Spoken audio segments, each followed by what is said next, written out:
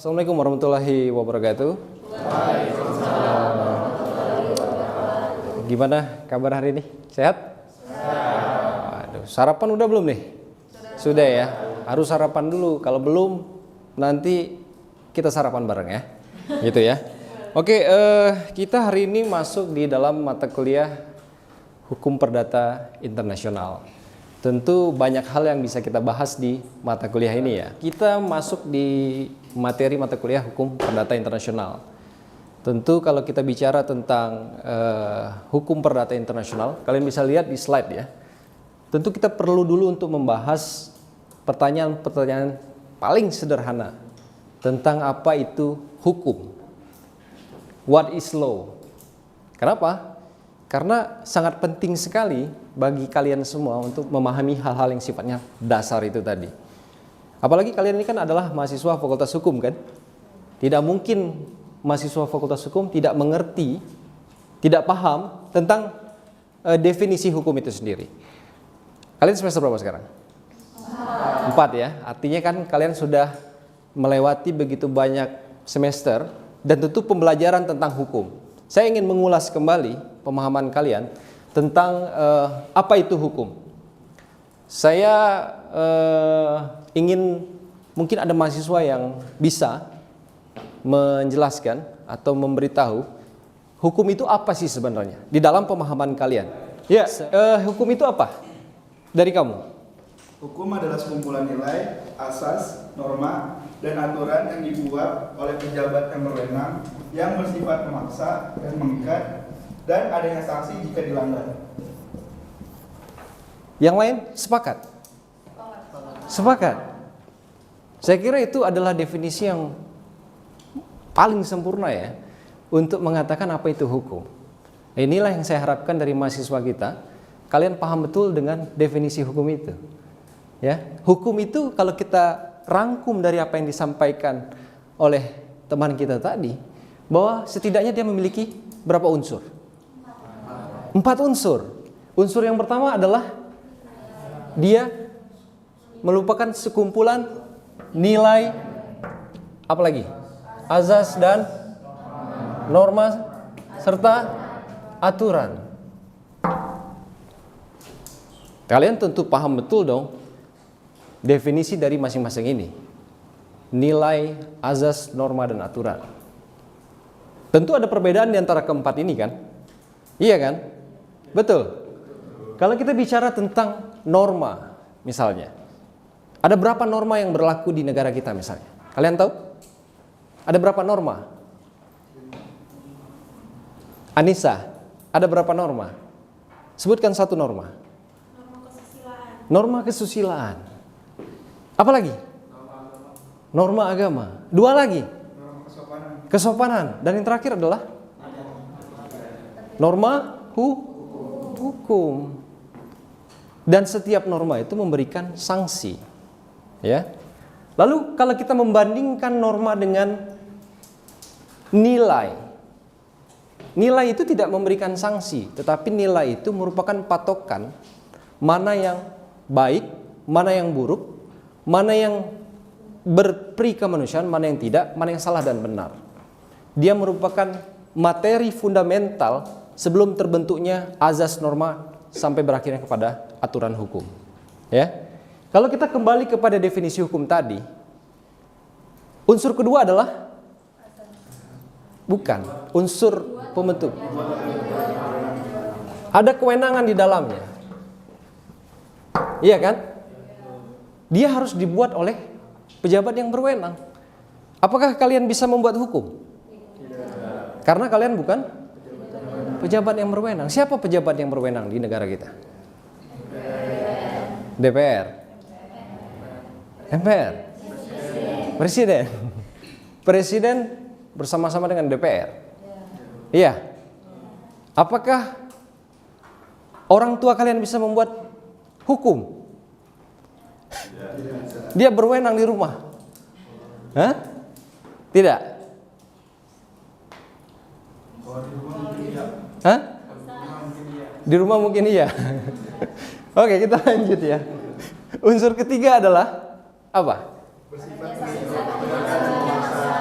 Sifatnya adalah,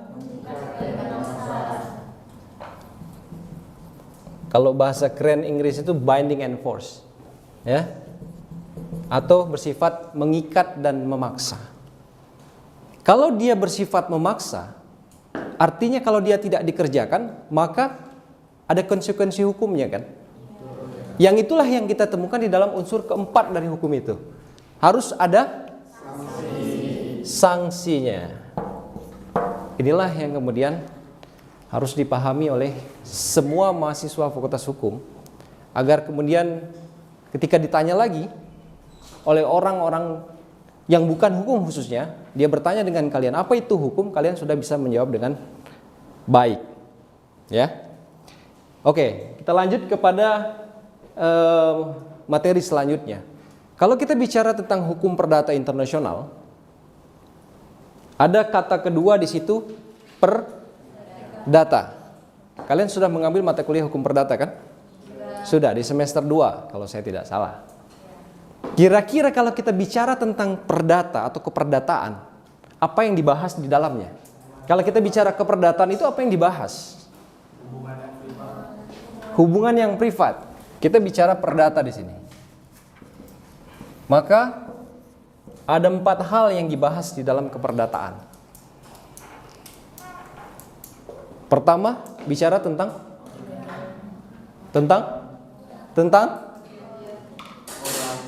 orang. Bagaimana kita bisa tahu?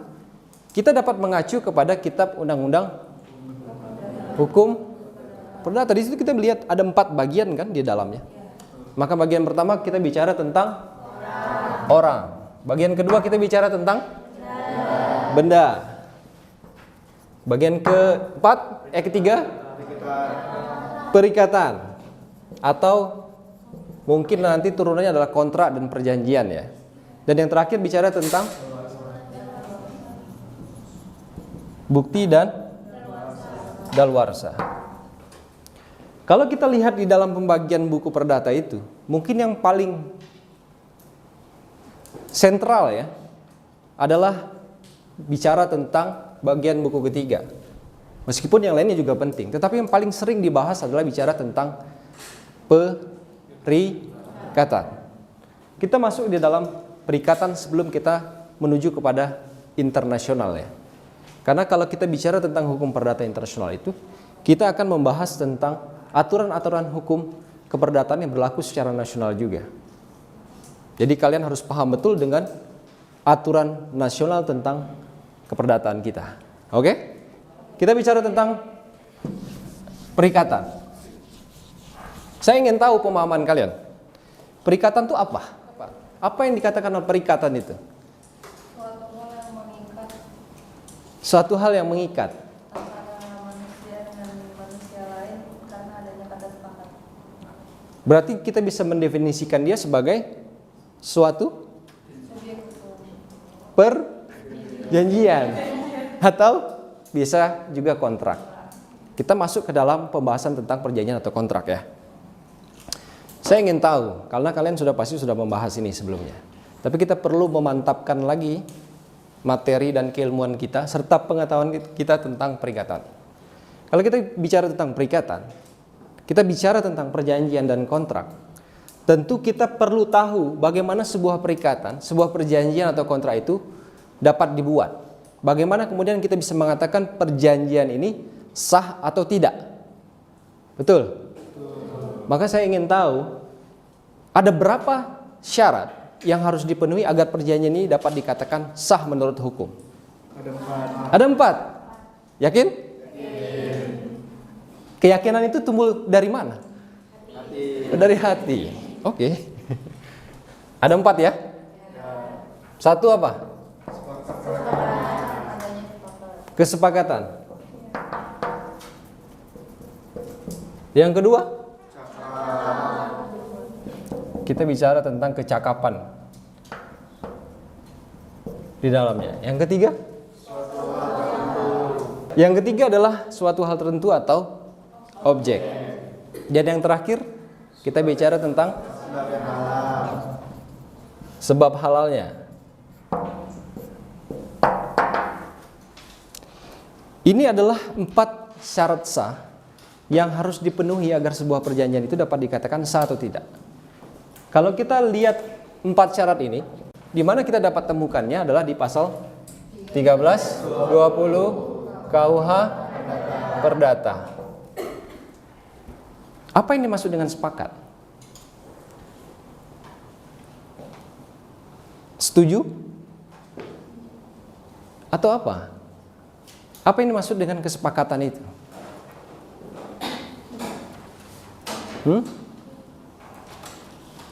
Ada setidak-tidaknya 4 hal yang harus dipenuhi agar kemudian dia dapat dikatakan bahwa telah terjadi satu kesepakatan. Kalian ingat bahwa kesepakatan itu harus lahir tanpa dia lahir dari adanya ancaman atau paksaan atau kekerasan. Jadi tidak boleh satu perjanjian itu, bisa saja kan kita menemui fakta di lapangan bahwa ada satu perjanjian yang kemudian secara formilnya ditandatangani dan lain sebagainya. Tetapi ternyata setelah kita gali fakta hukumnya, bahwa ternyata perjanjian ini lahir karena adanya paksaan atau ancaman. Saya bisa ngambil satu contoh. Misalkan ada seorang kakek ya, menjual sebidang tanah di wilayah yang sangat strategis.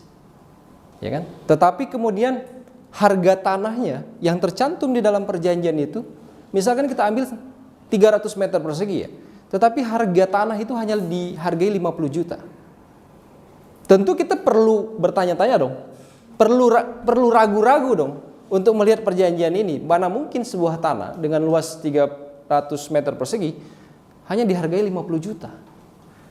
Nah, fakta hukum itulah yang perlu kita gali untuk menemukan ada tidak ancaman bagi si bapak yang menjual ini sehingga dia mau untuk menandatangani perjanjian tersebut. Jadi kalian sebagai mahasiswa Fakultas Hukum harus sensitif terhadap isi perjanjian. Misalkan nanti kalian pulang, orang tua kalian membuat satu perjanjian, kalian yang ambil. Sini, Pak, Mah, saya sudah dapat ilmu dari kampus.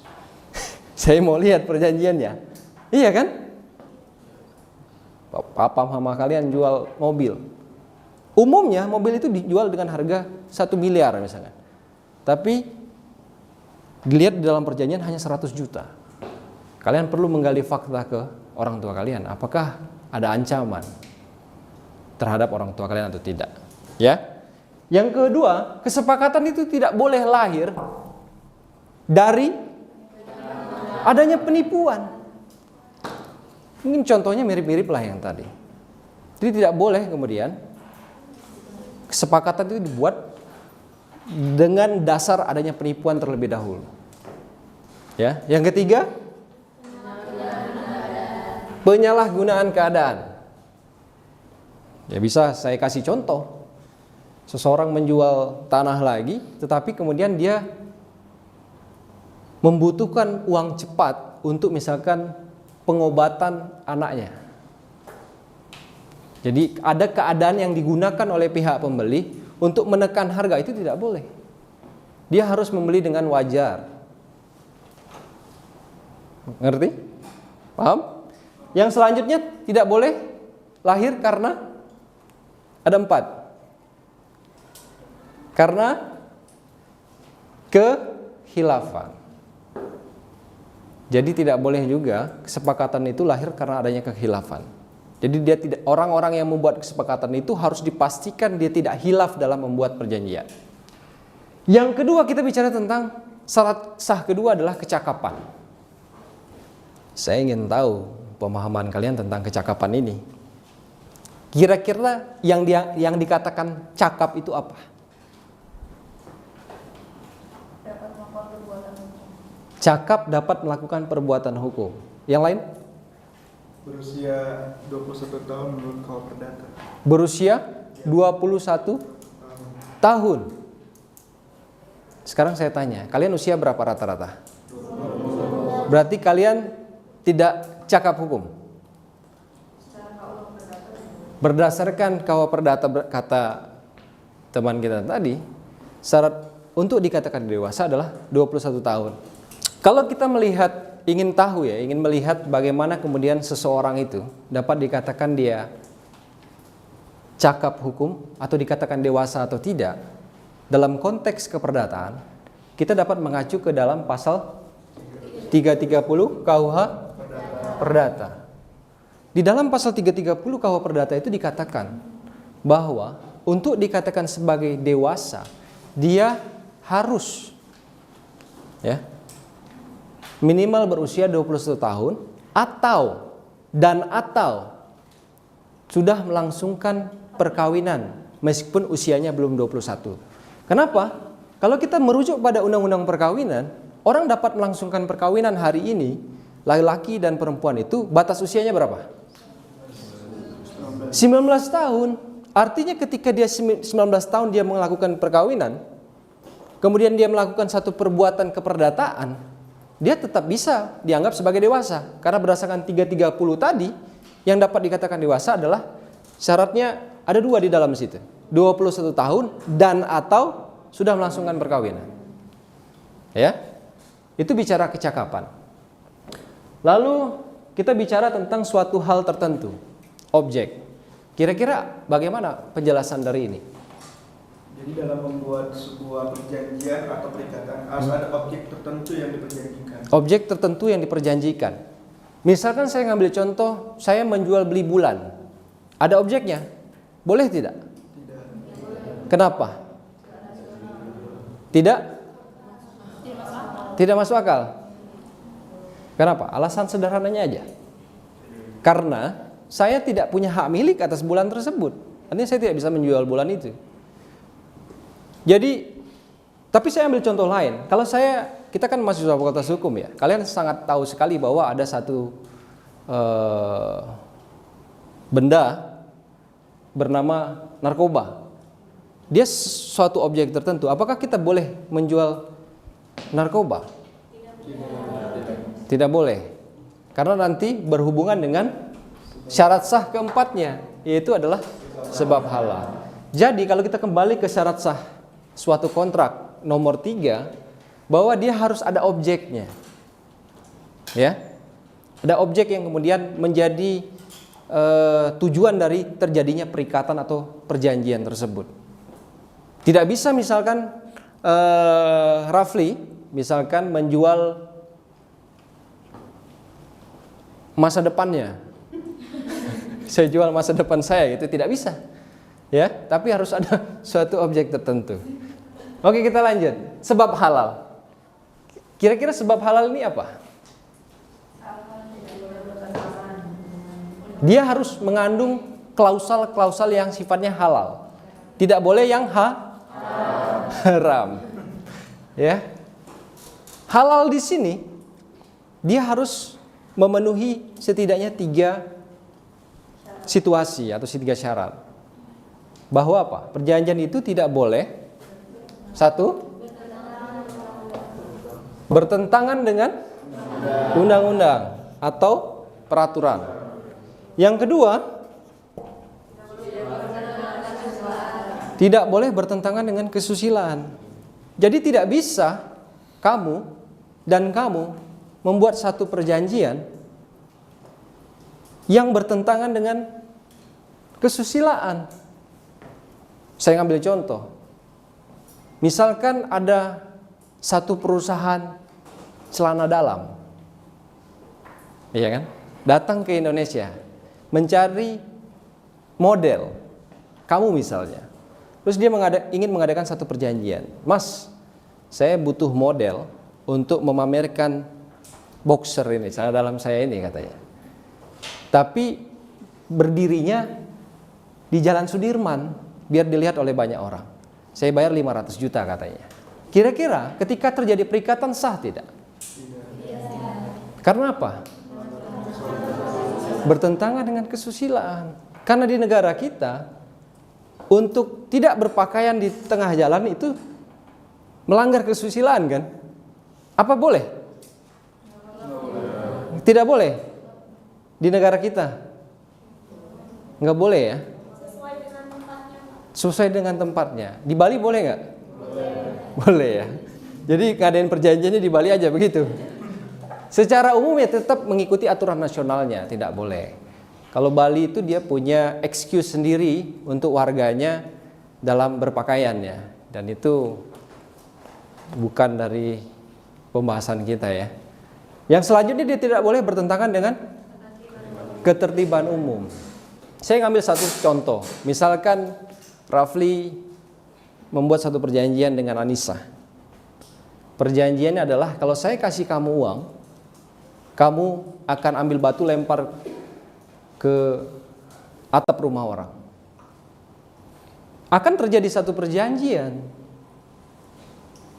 Tapi kalau dia paham dengan syarat sah sebuah perjanjian, maka perjanjian itu batal demi hukum. Kenapa? Melakukan pelemparan ke dalam rumah orang atau ke atas rumah orang tentu akan menciptakan gangguan terhadap ketertiban umum, termasuk juga terhadap pelanggaran terhadap aturan hukum. Iya kan? Tidak boleh kan melempar rumah orang? Boleh tidak? Masuknya jatuh ke pasal pengerusakan nanti. Iya kan? Nah, inilah 4 syarat sah satu perjanjian. Ya? Paham sampai di sini? Oke, saya akan mengulas sedikit lagi tentang 1320. Tentang kecakapan. Tadi kita sudah bahas tentang kecakapan adalah dia harus memenuhi syarat 21 tahun atau dia sudah melangsungkan perkawinan.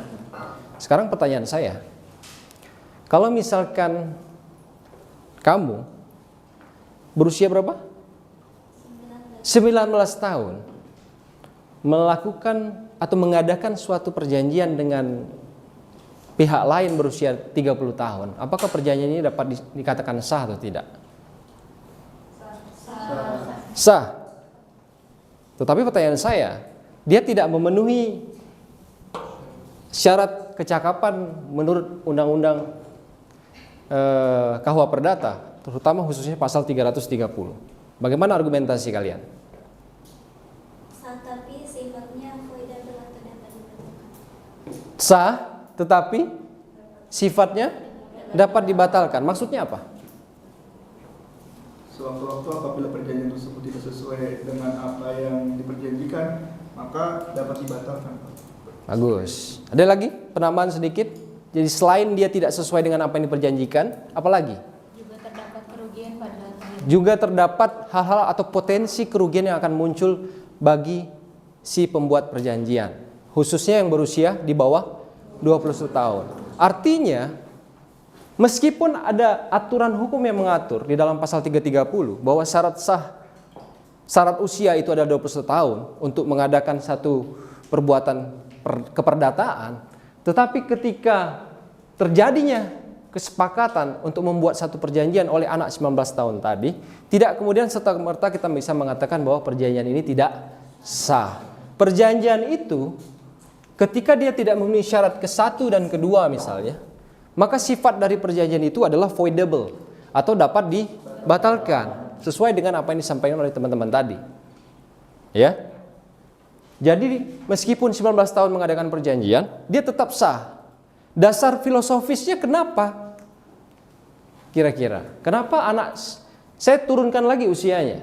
Anak 9 tahun bikin perjanjian sah tidak? Anak 7 tahun bikin perjanjian sah tidak?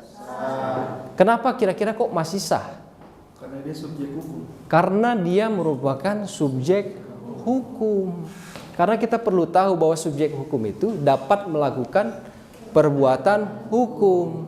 Meskipun nanti konsekuensinya adalah dia dapat dibatalkan. Dengan syarat-syarat tadi ya. Ketika ada potensi kerugian dan lain sebagainya. Jadi ketika nanti kalian keluar di dalam masyarakat, ada teman-teman kalian 19 tahun bertanya dengan kalian, bisa tidak saya yang 19 tahun atau 18 tahun atau 13 tahun membuat satu perjanjian? Kalian harus tegas mengatakan sah dan bisa. Tetapi konsekuensinya perjanjian ini bisa saja dibatalkan. Siapa yang dapat membatalkannya? Orang tuanya atau ampunya. Oke, saya kira materi tentang perikatan atau kontrak ini merupakan jantung atau merupakan hal yang paling penting dari pembahasan kita tentang keperdataan atau di dalam hukum perdata itu sendiri. Saya kira inilah yang paling penting. Dan tadi sudah sangat jelas saya kira. Tetapi kalau kemudian memang ada pertanyaan, silahkan teman-teman mahasiswa yang ingin bertanya, silahkan bertanya. Bapak, saya izin bertanya, bagaimana pendapat Bapak terkait materai? Hal ini merujuk kepada orang tua dahulu bahwa tanpa menggunakan materai atau perjanjian atau kontrak tersebut tidak sah. Ya, bagus sekali ya pertanyaan dari Arwin. Karena ini juga mungkin saya sangat yakin sekali ya, masih banyak orang yang belum paham tentang penggunaan materai ya. Jadi Arwin bertanya tentang orang-orang zaman dulu, orang-orang tua kita atau orang-orang di sekitar kita sering mengatakan bahwa suatu perjanjian kalau tidak dimateraikan itu tidak sah. Nah, tentu kita perlu merujuk lagi kepada pasal 1320 KUH Perdata. Di situ dikatakan bahwa ada 4 syarat sah suatu perjanjian. Kalau kalian baca secara tekstual pasal ini, kira-kira ada tidak yang menyebutkan materai di dalamnya? Tidak ada kan? Artinya bahwa materai yang tidak masuk di dalam suatu syarat sah perjanjian, maka tidak kemudian kita bisa mengatakan bahwa perjanjian yang tidak dimateraikan itu merupakan perjanjian yang tidak sah. Perjanjiannya tetaplah sebuah perjanjian yang sah sepanjang dia memenuhi 4 syarat sah perjanjian menurut pasal 1320 KUH Perdata. Selanjutnya tentu menjadi pertanyaan, kenapa kemudian perjanjian itu harus dimateraikan? Kalau mungkin sebagian besar dari kita, kalian akan mengatakan bahwa untuk kebutuhan pajak. Iya kan? Misalkan materai ini fungsinya adalah untuk perpajakan lah misalkan. Tapi jangan lupa ada filosofis kenapa kemudian suatu perjanjian itu harus dimateraikan. Karena kalau kita melihat potensi adanya pelanggaran kontrak di negara kita itu sangat besar. Saya tidak mengatakan bahwa orang kita itu sering melanggar kontrak, tetapi ini adalah antisipasi dari adanya pelanggaran terhadap satu perjanjian atau kontrak. Nah, kalau kita bicara tentang ketika kita masuk di dalam situasi tersebut, misalnya ada pelanggaran di dalam isi kontrak oleh lawan kita, oleh salah satu pihak, maka tentu perjanjian ini harus dijadikan sebagai dasar bukti untuk dapat membuktikan bahwa memang telah terjadi satu perjanjian antara saya dan kamu misalnya, iya kan? Maka kalau kita mengacu di dalam pasal 1866 KUH Perdata tentang alat bukti, dikatakan bahwa ada 5 alat bukti di dalam keperdataan. Yang pertama adalah surat. Yang kedua adalah saksi. Yang ketiga adalah persangkaan. Keempat adalah pengakuan, dan yang terakhir adalah sumpah. Kalau kalian perhatikan dengan baik, alat bukti menurut pasal 1866 KUH Perdata itu di urutan paling pertama adalah bicara tentang surat. Iya kan? Agar kemudian surat ini dapat dijadikan alat bukti, surat perjanjian tersebut dapat dijadikan alat bukti, maka surat tersebut haruslah dimateraikan. Itulah kemudian korelasinya. Kenapa materai atau perjanjian itu kemudian haruslah menggunakan materai. Demi kebutuhan antisipasi jika terjadi konflik antara hak dan kewajiban dari pembuat perjanjian. Begitu. Baik. Yang lain? Izin Ya, Alfa silakan. Di lingkungan kita yang sudah banyak terjadi di masyarakat, sering ada kegiatan jual beli, baik tanah atau rumah, yang dimana pemilik dari tanah atau rumah tersebut menjualnya karena keadaan tertentu, yang dimana dia butuh uang secara cepat. Nah, sementara yang dijelaskan di kata sepakat itu tidak boleh ada paksaan, ancaman, penipuan, penyalahgunaan keadaan dan kekhilafan. Sementara di situ tadi di kejadian tersebut ada penyalahgunaan keadaan. Itu gimana Pak? Secara hukum sah atau tidak? Ya, ini pertanyaan yang juga sangat bagus dan berbobot ya dari Alfa ya. Saya akan coba untuk menjabarkan apa yang ditanyakan oleh Alfa. Kalau kita bicara tentang suatu perjanjian misalkan yang dibuat, saya ngambil contoh tadi, dibuat oleh seseorang yang memiliki satu aset misalkan rumah ya. Karena satu kondisi atau keadaan tertentu dia dikatakan butuh uang cepat, maka dia menjual aset tersebut kepada pihak lain dan terjadilah satu perjanjian jual beli ya. Nah, tetapi gini, kalau kita kembali kepada aturan mainnya di dalam pasal 1320 ya, di dalam 1320 KUH Perdata, memang syarat yang pertama adalah harus adanya kesepakatan. Dan kesepakatan itu tidak boleh lahir karena ada 4 hal. Penipuan atau ancaman kekerasan, paksaan, terus juga kehilafan, dan mungkin yang berhubungan dengan pertanyaan Alfa adalah penyalahgunaan keadaan. Nah, kalau kita merinci atau membedah tentang penyalahgunaan keadaan ini, maka yang perlu kita lihat lebih jauh lagi bahwa perjanjian itu dapat dikatakan menyalahgunakan keadaan ketika suatu perjanjian itu dibuat dengan keadaan yang benar-benar disalahgunakan. Maksudnya apa? Maksudnya begini, ketika ada satu rumah, kita ambil contoh rumah di Cibubur lah misalkan. Rata-rata rumah di Cibubur itu paling rendah adalah sekitar 1,5 miliar. Misal, ya. Kita kembali ke kasus tadi. Orang yang punya rumah 1,5 miliar karena dia butuh uang cepat, dia jual berapa? Misalkan 800. Nah, 800 inilah yang perlu kita elaborasi. Apakah 800 ini ya, dia tidak merupakan harga yang wajar di wilayah tersebut? Karena gini, kalau kita lihat lagi ternyata di wilayah-wilayah sekitar tersebut kita mengacu pada NJOP-nya, nilai jual objek darinya. Kalau ternyata keluar di situ NJOP-nya itu sebenarnya memang 850, dia masih ada toleransi yang tidak begitu jauh dengan harga jualnya. Jadi tidak bisa kita mengatakan bahwa orang yang membeli menggunakan keadaan yang memaksa tadi. Maka penting kita memahami juga dari nilai jual objek dari itu tadi. Aset yang ingin kita jual harus kita lihat. Karena bisa saja 1,5 miliar ini muncul karena permintaan pasar saja. Karena bisa saja harga asli itu sebenarnya 850 juta di sekitar situ. Tapi bagi orang yang mungkin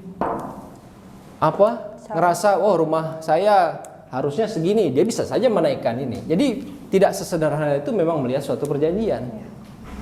Meskipun itu jadi acuan utama kita, tapi sebagai orang hukum kita harus sangat kritis tadi saya katakan. Melihat isi perjanjian termasuk dokumen-dokumen perjanjiannya.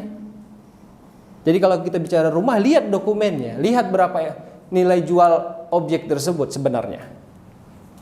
Kecuali kita bicara setelah dilihat 850, dia jual 400. Nah, ini bisa dapat memenuhi keadaan menyalahgunakan keadaan.